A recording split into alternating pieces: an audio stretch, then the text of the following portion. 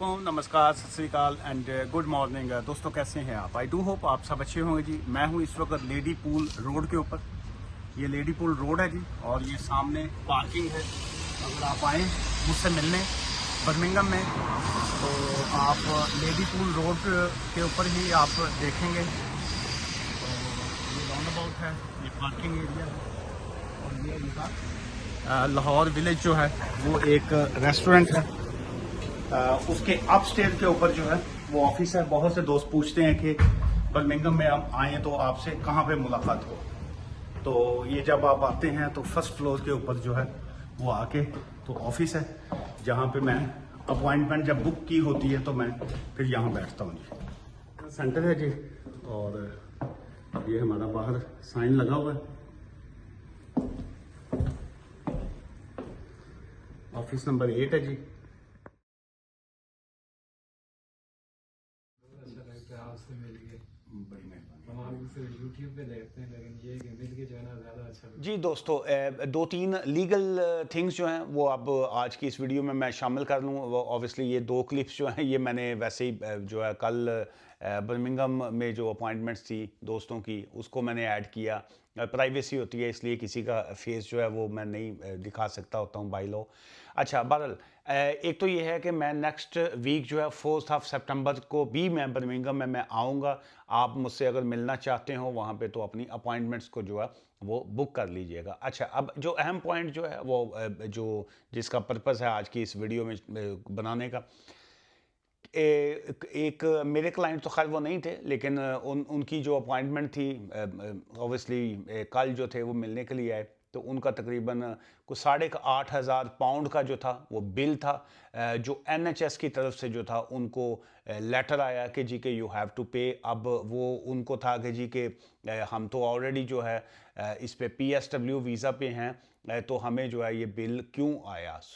अब उसकी रीज़न आज मैं दोस्तों को ये बताना चाहता हूँ कि अगर आप स्किल्ड वर्कर वीज़ा पे होते हैं, आप स्टूडेंट वीज़ा पे हैं, आप PSW पे हैं, चूँकि अब जब आप वीज़ा की एक्सटेंशन करवाते हैं तो उसके उसके चार्जेस बहुत ज़्यादा होते हैं।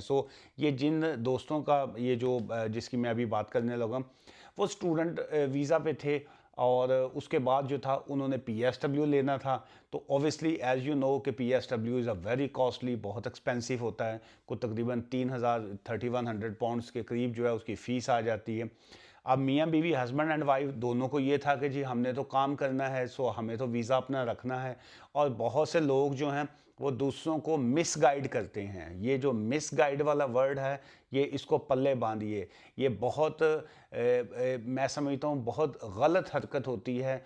जो लोग खुद अपने एक्सपीरियंस या बैड एक्सपीरियंस या अच्छे एक्सपीरियंस जो भी उनका होता है फेल, वो दूसरों को जो है वो इस तरह की बातें कहते हैं कि जी के आपने कौन सा ट्रैवल करना है या आपका बच्चा कौन सा कोई बाहर जाके अभी जॉब कर रहा है, आप बच्चे का वीज़ा नहीं भी करवाएंगे तो कोई मुश्किल नहीं है, कोई प्रॉब्लम नहीं है, आप अपने वीज़े जो है उसको करें। ऐसे ही इन साहब को भी जो था किसी ने गाइड किया कि आप को कोई ज़रूरत नहीं है अपने बच्चे का जो है वो वीज़ा करवाने की। अब हुआ क्या कि बच्चे की सेहत ख़राब हो गई, उसको इश्यूज़ आ गए कोई मेडिकल के तौर पे जो थे। वो ज़ाहिर है यहाँ पे का कानून है, ह्यूमन राइट्स हैं। हॉस्पिटल वालों ने चेक किया उसको, सारा जो ट्रीटमेंट था उसकी वो सर्जरी वगैरह हुई, कुछ हेल्थ के काफ़ी सीरियस इश्यूज़ हो गए, बढ़ गया काम। अल्टीमेट ये है कि सो फार बच्चा सेफ़, बच्चा घर आ गया। उसके बाद NHS वालों ने उसको लेटर भेज दिया उसका फीस का कि जी ये NHS की जो है ये आप IHS जो है वो पे आप NHS पे कीजिए। चूँकि बच्चे का IHS नहीं पेड था। रीज़न क्या थी कि जब वो बच्चा स्टूडेंट का डिपेंडेंट था, स्टूडेंट थे वो कपल, उनका बच्चा पैदा हो गया, उसके बाद उन्होंने उसका ये खुद PSW पे चले गए और बच्चे को PSW का वीज़ा साथ में ऐड ही नहीं किया। अब कानूनी तौर पे कानून ये कहता है कि ये आपको जो है 3 माह के बाद जो है आप 3 बच्चा पैदा होने के बाद भी जो है 3 मंथ्स तक जो है आपको छूट होती है। अदरवाइज़ आपने IHS अगर उसका रजिस्टर्ड आप नहीं करते या उसका वीज़ा आप नहीं करवाते तो इल्लीगल है, ये गैर कानूनी है। ये सोचना कि जी हम बच्चे का पासपोर्ट नहीं बनाएंगे या बच्चे की चीज़ें नहीं करेंगे तो पता नहीं वो 7 ईयर्स चाइल्ड वाले रूट उनके माइंड में होता है या उनको होता है हम इसको स्टेटलेस शो करेंगे। आई डोंट नो, जो भी इस तरह की चीज़ें आपके माइंड में आती हैं ये गैर कानूनी हैं, ये फजूल चीज़ें हैं, इससे आप अपना नुकसान कर बैठते हैं। अब इस केस में भी यही है, उनको 8,500 पाउंड का ये जो नोटिस आया है ये अब उनको अल्टीमेट पे करना पड़ेगा। इसका कोई ऑप्शन नहीं है कि वो उनकी फ़ीस माफ़ हो, वो उनको जो है वो उसके ऊपर फ़ाइन पड़ेगा, उसके ऊपर मज़ीद वो गड़बड़ होती जाएगी।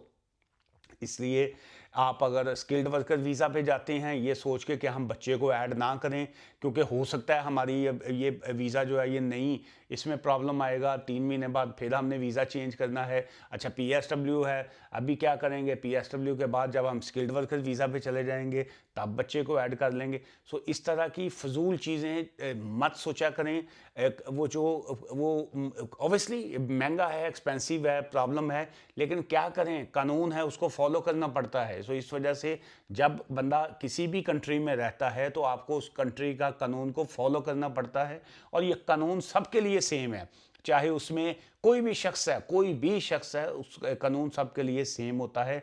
सो इसलिए आज की इस वीडियो में जो एक अहम पॉइंट आपके लिए यही है कि आप अपने बच्चों को जो है जब आप अगर ख़ुद से आप इल्लीगल हैं तो फिर क्या कर सकते हैं, फिर तो सारे इल्लीगल हैं।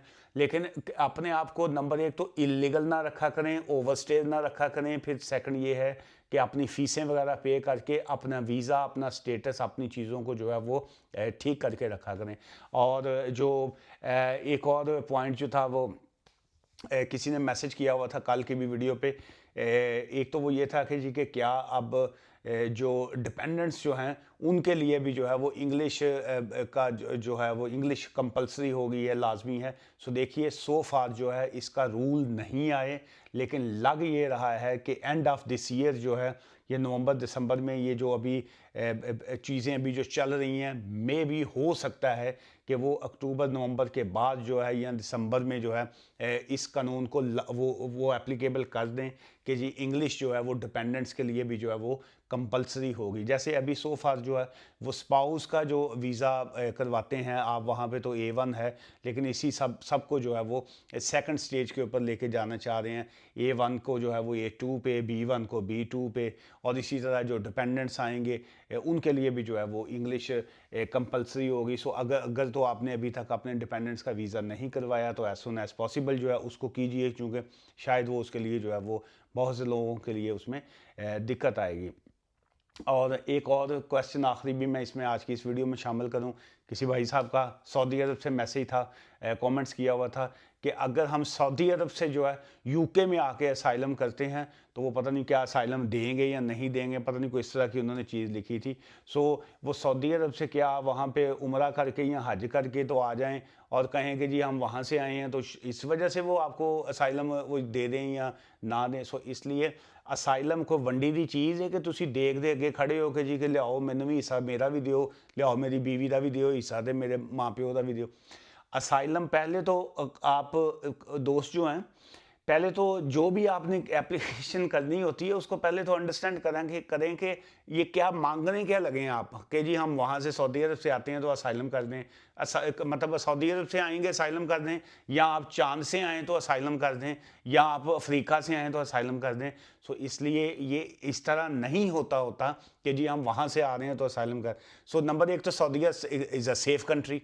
सो उसमें जो है सऊदीया से यहाँ पे आप किस बेस के ऊपर आके असाइलम मांग सकते हैं जी कि सऊदीया तो सेफ कंट्री है, वो कहेंगे तुसी पहले होते सऊदीया। अब प्रॉब्लम क्या है, चूँकि सऊदी अरब में रहने वाले, मिडल ईस्ट में रहने वाले, दुबई में रहने वाले, ओमान, कतर, ऐसे तमाम कंट्रीज में वो पासपोर्ट नहीं देते। ये पागल हैं ये यूके वाले के जी वो आप उनको इस चीज़ की सेंस ना हो। उन्हें पता है कि जी ये मिडल ईस्ट में रहने वाले लोग जो हैं 50 साल भी रह लें इनको पासपोर्ट तो वो मिलता नहीं हुआ, और ये लोग कहते हैं जी हमारे बड़ों ने एक जनरेशन तो तबाह होगी, अब बच्चों का क्या फ्यूचर है, बच्चों को लेके हम यूके आ जाते हैं, यूरोप चले जाते हैं ताकि उनके पासपोर्ट तो कम अज़ कम ले लें। सो इस वजह से ये आना अच्छी बात है कि आपकी अगर ये सोच है कि जी ये करें, यूके आएँ, यूरोप जाएँ या जहाँ पे भी जाएँ, लेकिन इल्लीगल मेथड ना अपनाया करें, इसमें और बहुत से लोगों का भी नुकसान होता है। नंबर एक तो ये है कि सऊदीया इज़ अ सेफ कंट्री जो है। सो असाइलम का मतलब ये होता है कि जब आप उस कंट्री से इस कंट्री में आ रहे हैं जो थर्ड वर्ल्ड कंट्री है, जहाँ पे लॉ जो है वो उस एप्लीकेबल नहीं है, जहाँ पे लॉ लेस सोसाइटी है और कानून नाम की कोई चीज़ नहीं है, तो इस वजह से आप भाग के वहाँ से यहाँ आ रहे हैं, फिर आप जो है वो केस क्लेम अपना कर रहे होते हैं कि हमारी जान को ख़तरा है उस कंट्री में, ये सारा जो है। सो इसलिए सऊदीया इज़ अ सेफ कंट्री। सो आपका अगर कोई इस तरह का प्लान है तो अपना लीगल तरीके से जो है वो यूके में आएँ। बच्चों की एजुकेशन अगर कोई शख्स करना चाह रहा होता है, बच्चों के को स्टूडेंट वीज़ा पे आप बुलवाएँ, आप अपना कोई वर्क वीज़ा लेके या अपना बिज़नेस, अगर आपके पास पैसा वैसा है तो अपनी इन्वेस्टमेंट करके अपना बिज़नेस के पर्पज़ पे आएँ। सो इसलिए ये जो फजूल एक होता ना कि जी कि चलो बीवी बच्चे चुको ते उथे जाओ यूके पहुँच के असाइलम कर दें, सो ये कोई वे नहीं होता। सो इसलिए जो है अपनी लाइफ को जो है मज़ीद मुश्किलात में आपको नहीं डालना चाहिए। बहरहाल take a proper legal advice, फिर आगे चलिएगा। आज की इस वीडियो से मुझे इजाज़त दीजिएगा इसी मैसेज के साथ, क्योंकि अभी देख रहे होंगे मैं काफ़ी थका हुआ भी लग रहा हूँ, क्योंकि कल यस्टरडे जो था थर्सडे मॉर्निंग आई थिंक 11:30 पहली अपॉइंटमेंट थी बर्मिंघम में, और उसके बाद फुल डे वो, फिर आज का भी, फिर उसके बाद travel back to. So tomorrow जो है सैटरडे रेस्ट करूँगा, लेकिन आफ्टरनून के बाद मेरी प्लानिंग है कि मैं कल आपके साथ जो है लाइव कॉल्स जो है उसका सिलसिला करेंगे। तो नेक्स्ट 4 सितंबर को भी मैं बर्मिंघम में होऊंगा, लेकिन अपनी अपॉइंटमेंट्स को बुक कर लीजिएगा। ब्रैडफोर्ड में अगर आप मुझसे मिलना चाहते हो, यू आर मोस्ट वेलकम, लेकिन अपनी अपॉइंटमेंट बना के मेरी कंसल्टेशन की फ़ीस पे करके ही आप मुझसे मिल सकते हैं। तो हमें याद रखिएगा। Take care and good night.